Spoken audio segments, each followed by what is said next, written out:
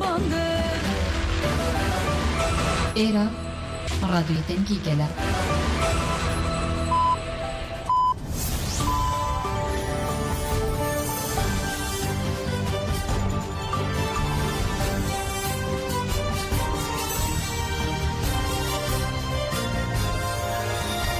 ئەم کاتتان باش بیسەرانی هێژە لە ناوەندی هەواڵەکانی رادیۆ دەنگی گەل بە یارمەتی هاوکارانم گەشتی هەواڵەکانی ئەمڕۆ دووشەممە 2 ئەیلولی 2024 پێشکەش دەکەم. لە پێناو بەشداربوون لە ڕێپێوانی درێژمەودا کە لە بلیفیلدەوە دەست پێ دەکات و تا شاری دویسبۆل بەردەوامە گەنجان لە یالەتی نۆردراین وێستفالن بەنگەوازی بەشداربووانیان ڕاگەان. گەنجان ئاماژیان بە گۆشەگیری سەر ڕێبەری گەلی کورد کردووە و ڕایانگەاندووە لە یالەتی نۆردراین وێستفالن لە پێناو ڕێبەراپۆکە 26 ساڵە گۆشەگیر کراوە چالاکی ساز دەکەین. گەنجانی کوردستان دوسڵدۆرفی ناوەندی یالەتەکە کۆبوونەوە و ڕاگەیاندراویان داوتیان بۆ مسوگەرکردنی ئازادی جەستەی ڕێبەراپۆ ئێمە داوا لاگەل و گەنجانی کوردستان دەکەین کا بەشداری لە چالاکی ڕێپێوانی درێژمەودا بکەن.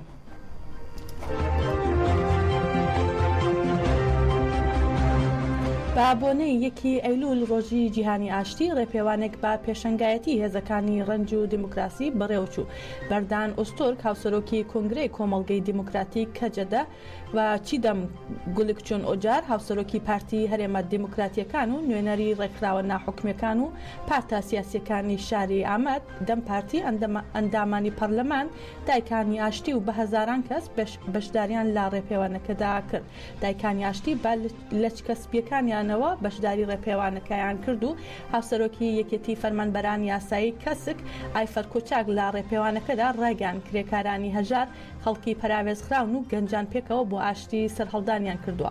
ئایفەر هەروەها ئاماژەی بۆش کرد چارەنووسی خەڵکی هەژار و ستەم لێکراو وەک هەموو وەک یەکە و بە هاودەنگی و یەکێتی گەل ئەم کێشەیە چارەسەر دەبێت. هەروەها عەداڵەتکایە ئەندام پەرلەمانی دەم پارتی پەیامی عایشە گۆبکان چالەکوانی زیندانی کراو کە لە چوارچێوەی 1 ئەیلول ڕۆژی جیهانی ئاشتی بۆ دایکانی ئاشتی ناردبوو خوێندیەوە و کاتەیدا عایشە جەختی لەوە کردبووە کە بەرخۆدانتان نیشانی دەدا کە شەڕخوازان ناتوانن تێکۆشانی کۆمەلگا بۆ ئاشتی ناچار بە پاشەکشە بکەن.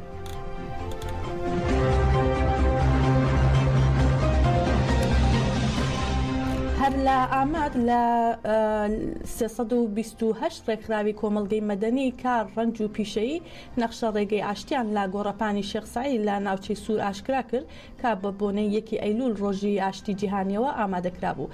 پێکاتەکانی پلاتفۆرمی ڕەنج و دیموکراسی ئامەد و نوێنەری ئەو لایەنانەی نەخشە ڕێگەکان واژۆ کردبوو بەشدار بوون. نەخشە ڕێگەکە لایەن سەرۆکی نووسنگەی پارێزەرانی ئامەد نیهاد ئەرنەوە خوێنرایەوە و ئاماژە بەوە درا ئامانجی سیاسی مرۆڤ ئەوەیە کە ژیانێکی دوور لا ترس ئاشتی و شکۆمەندانە بژی و ئەمەش مافی هەموو کەسێکە و جەختی کردەوە بەڵام بە بەرچاوی کۆمەڵگەی نێونەتەوەییەوە لە چەندین جێگەی جیهاندا شەڕ و کاولکاری بەردەوامە. زۆرینەی ئەو هێرشانە لە دژی ژن و منداڵان دەکرێت وێڕای هەموو ئەم دۆخان نەرینیانە بە جەخکردنەوەی مافی ئاشتیانی خۆمان لە دژی شار ئێمە خۆمان لە دژی شار دەپارێزین. لە درێژەدا ئاماژەیان بەوەدا ڕێکخراوەکانی کۆمەڵگەی مەدەنی کار و پیشەیەکانیان لە مانگی شوباتدا لە ئامەد کۆ دەبنەوە و دەڵێن ڕوون بووەتەوە هۆکاری تەنگەژەکان لە پێشکەوتنی دیموکراتی وڵاتدا و قەیرانی ئابووری گرێدراوی سووربوونە لەسەر ناچارەسەری پرسی کورد و سیاسەتە ئەمنیەکان. لە کۆتاییدا بانگەوازی بۆ چارەسەرکردنی پرسەکانی کورد کرا و ئەرن ئاماژێ بەوەدا بانگەوازی لە هەموو ئەکتەر و هەڵسوورێنەرانی کۆمەڵایەتی و سیاسی دەکەین بۆ ئەوەی پرسی کورد با ڕێبازی ئاشتی و دموکراتیانە چارەسەر بکرێن و کۆتایی بە دۆخی شەڕ بهێنرێت بەرپرسیارەتی خۆتان جێبەجێ بکەن.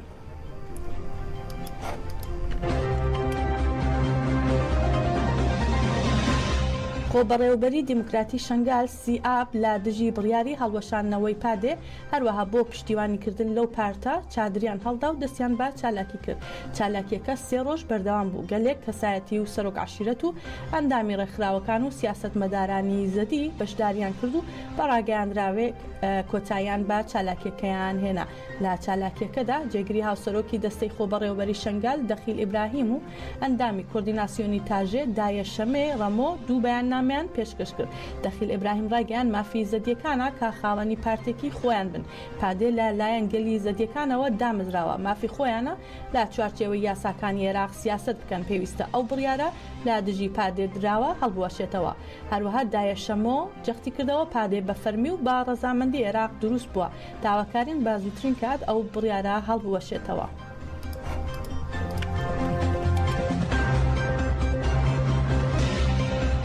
با بەشداری ئەندامان و بەڕێوەبەرانی کۆنگرەی ستاری کانتۆنی جەزیرە یەکێتی ژنانی گەنجی کانتۆنی جەزیرە ئەندامان و بەڕێوەبەرانی ڕێکخراوەکانی خۆبەڕێوەبەری و ژنانی سەرجەم شار و شارۆچکەکانی کانتۆنەکە ڕێکخراوی کۆنگرەی ستاری کانتۆنی جەزیرە لا چوارچێوەی هەڵمەتی ئازادی بۆ بەڕێزۆجەلان چارەسەری سیاسی بۆ کێشەی کورد ڕێپێوانێکی جەماوەری ئەنجامدا. لە چالاکیەکەدا شیراز هەموو ئەندامی کوردیناسیۆنی کۆنگرەی ستاری شاری قامیشلو لا گۆڕەپانی شەهید ڕووباری قامیشلو قسەی کرد و ئاماژەی با پلانگیری نێودەوڵەتی دژبا ڕێبەری گەلی کورد و ئاماژەی بەو شەهیدانە کرد کە ڕۆڵیان هەبووە لە پوچەڵکردنەوەی پێلانگریەکەدا.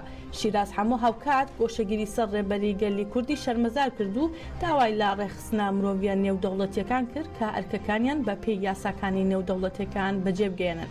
هەروەها سارا حەسەن ئەندامی یەکێتی ژنانی گەنج لا گربوونەوەکەدا ڕایگەاند ژنانی گەنج تا بەدی هاتنی ئازادی جەستەی ڕێبەری گەلی کورد درێژە با تێکۆشان و بەرخۆدانی خۆیان دەدەن.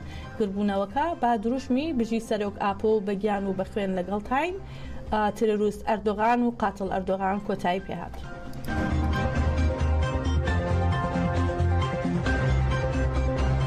تەرمی شەروانی هێزەکانی سووریای دموکراتیک مەحموود حاجی عەلەوی کە لە سیویەکی ئابدا شەهید بوو لە شاری سرێنی بە بەشداری هاوڵاتیانی شاری سرێن و ڕێکخراو و ناوەندە پەیوەندیداریەکان بە خاک سپێردرا. شەبۆ عەبدوڵڕەزاق ئەلۆ هاوسەرۆکی ئەنجومەنی شاری سرێن لە مەراسیمەکەدا وتی با هەزاران شەهیدمان لا پێناو ئازادی گەلەکەمان داوە هەروەها لا پێناو ئازادی هەموو گەلاندا شەهیدێکی زۆرمان بەخشیوە بۆیە تا تێکشکاندنی یەکجارەکی داگیرکەران بەڵێن دەدەین لە سەر ڕێگای شەهیدانمان بەردەوام بین. هەروەها مستەفا ئوچ قارداش یەکێک لە فەرماندەکانی ئەنجومەنی سەربازی شاری سرێنێ لە مەراسیمەکەدا جەختی کردەوە ئێمە ئاڵای شەهید مەحموود و هاوڕێیانی تا کۆتایی بەرز ڕادەگرین ئێمە خاوەنی ئەو شەهیدانین و تۆڵەیان دەکەینەوە. لە کۆتاییدا ناسنامەی شەهید خوێندرایەوە و ڕادەستی بنەماڵەکەی کرایەوە.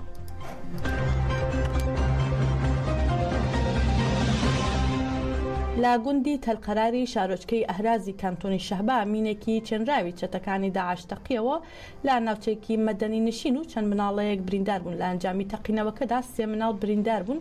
منداڵە بریندارەکان بۆ چارەسەری برانە نەخۆشخانەی ئەفرین.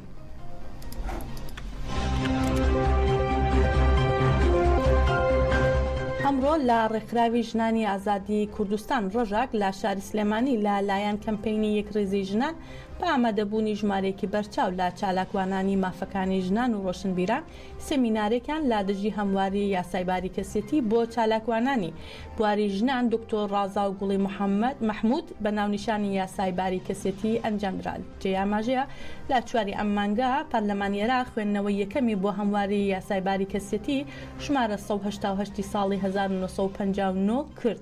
باپەی ئەو هەموارکردنەوەیش لا کاتی ناکۆکی ژن دەبێت بچێتە سەر مەسەبی هاوژینەکەی و لا کاتی جیابوونەوە ژن لا مافی دایانی و میرات بێبەش دەکرێت. هاوکات ڕێگا بە هاوسەرگیری منداڵانی تەمەن 9 ساڵ و هاوسەرگیریکردن لە دەرەوەی دادگاکان دەدرێت.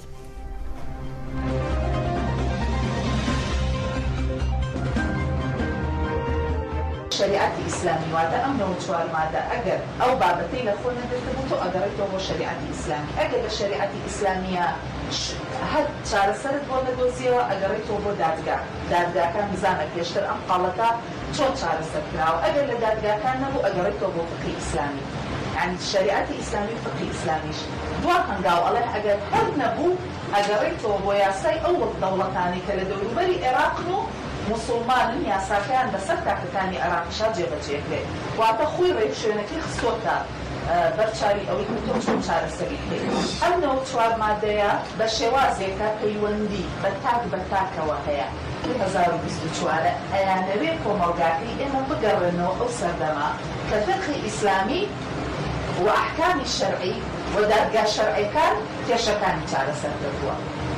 تا ئێرەش باشە ئەڵێی کەڵەکە مدەوینێت هەیە بەڵام ئەم مدەوینەیەکەی دەرەچێت ئەڵێ تا دەرچوونی ئەم مدەوینەیە کە ئەبێ لە ماوەی 6 مانگا بێ ئەڵێن باشە ئەمە 6 مانگی دانا ئەڵێ تا ئەگەرێکوش دەرنەچوو ئەم مدەوینەیە هاوڵاتی کە ئەچێتە مەحکەمە باشە ئەڵێ بەپێی مەزاهیبی خۆم حاکم ڕاستەوخۆ بینێرێ بۆ لای مەلاکانی گەڕن یعنی یەکەم کاتێک ئەندام پەرلەمانەکانی عێراق دەنگ بەم پرۆژەیە ئەوێ دەنگ بە وەرەقەی PSPN چکە مدەوینەی تیان نیە مدەوینە دوای 6 مانگ لە دەرچوونی یاساکە ئەنووسرێتەوە و ئەگەر وەکو مادەی 140 لێ هاتوو هەر نەنووسرایەوە ئەو کاتە مەحکەمە ئەینەڕێتەوە بۆ مەزاهیبی خۆی. ئەنجومەنی سەرتاسەری مامۆستایان و فەرمانبەرانی ناڕازی لەبارەی دواکەوتنی موچەوە هۆشداری دەدەن و ڕایدەگەێنن هەموو ئەگەرێک لە بەردەمماندا کراوەیە بۆ وەستانەوە دژ بە سیاسەتی برسیکردن و شکۆشکاندنی موچەخۆران. ئەنجومەنی سەرتاسەری مامۆستایان و فەرمانبەرانی ناڕازی لە ڕاگەیاندراوێکدا بڵاویان کردەوە ستەم و بێباکی و تاڵانکاریەکانتان گشت چوارچێوەی ئاینی ئەخلاقی مرۆڤایەتی و نەتەوایەتی و ویژدانیەکانی بەزاندووە و ئەوەشیان ڕاگەیاندووە. خۆشبەختانە لە ئەنجامی هەوڵەکانماندا بڕیاری مێژووی دادگای فیدراڵی کە لە 21 شوباتی 2024دا بە دوواداهات کە تیایدا دەستەبەری موچەکانی کردین و لە هەموو دزی و کێشەکانیشمان دەریهێنا. ئەنجومەنی سەرتاسەری مامۆستایان و فەرمانبەرانی ناڕازی هۆشداریاندا هەموو ئەگەرێک لە بەردەممانە کراوەیە بۆ وەستانەوە دژبا سیاسەتی برسیکردن و شکۆشکاندنی موچەخۆران. دڵنیاییشتان پێدەدەین چەندین ئەگەر و میکانیزمی نوێمان تاوتوێ کردووە بۆ فشارکردنی جدی لە سەر خستنە سەرهێڵی دەسەڵات بۆ داواکانمان.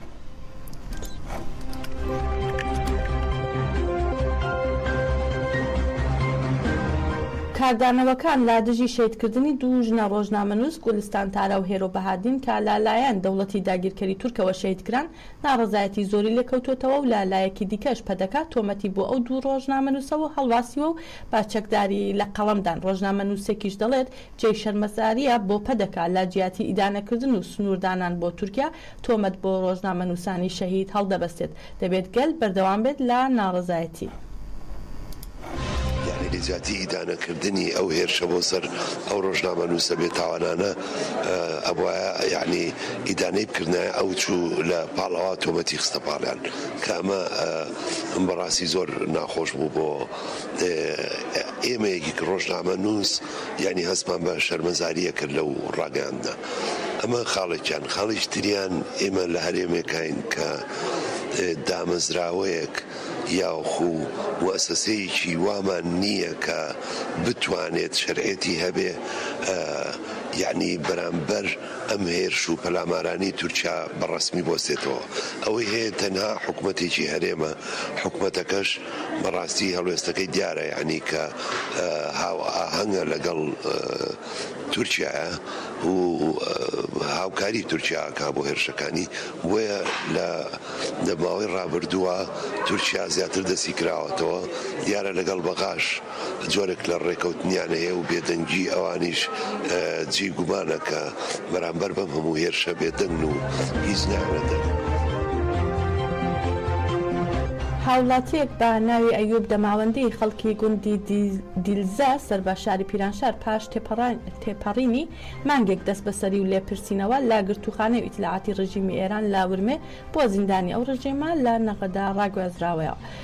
شیاوی باسەکە ئەم هاوڵاتیە مانگێک پێش بە بێنواندنی حکومی قەزایی هێزە ئەمنیەکانی سوپای پاسدارانی ئێران هەڵیان کتاوەتە سەر ماڵەکەی و دەست بەسەر کراوە. هیچ زانیاریەک لەو تۆمەتانەی خراونە تاپاڵ ئەم هاوڵاتیە لە بەردەستان نییە.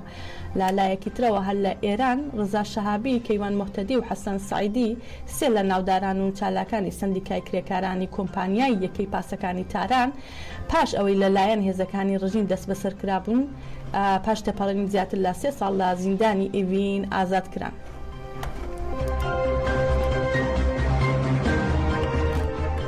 میدیا عەرەبیەکان سەبارەت بە دەستپێکردنی دەنگدان بۆ هەڵبژاردننی سەرۆکایەتی ئەلجەزایر و ماوەی بەڕێوەچوونی پرۆسەکە زانیاری نوێ دەخەنە ڕوو. کۆمسیۆنی سەربەخۆی هەڵبژاردننی نیشتمانی لە جەزایر بڵاوی کردەوە لەمڕۆوە نووسنگەکانی دەنگدان بۆ ئەوەی دەنگدەرانی نیشتەجێی دەرەوەی وڵات بۆ نیشتەجێبوانی دەرەوەی وڵاتیش کراون و بۆ ئەوەی دەنگەکانیان لە هەڵبژاردنەکانی سەرۆکایەتی کۆماردا بدەن. ئاماژیان بەوەش کردووە دەنگدان بۆ سەرۆکایەتی لەمڕۆوە تا 7 ئەیلولی 2004 24 بەردەوام دەبێت کە دەکاتە 5 ڕۆژ.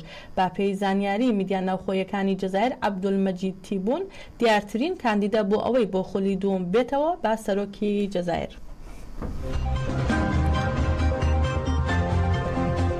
هەواڵەکانی ئەم کاتژمێرەمان پێشکەشکردن. هەر شاد بن.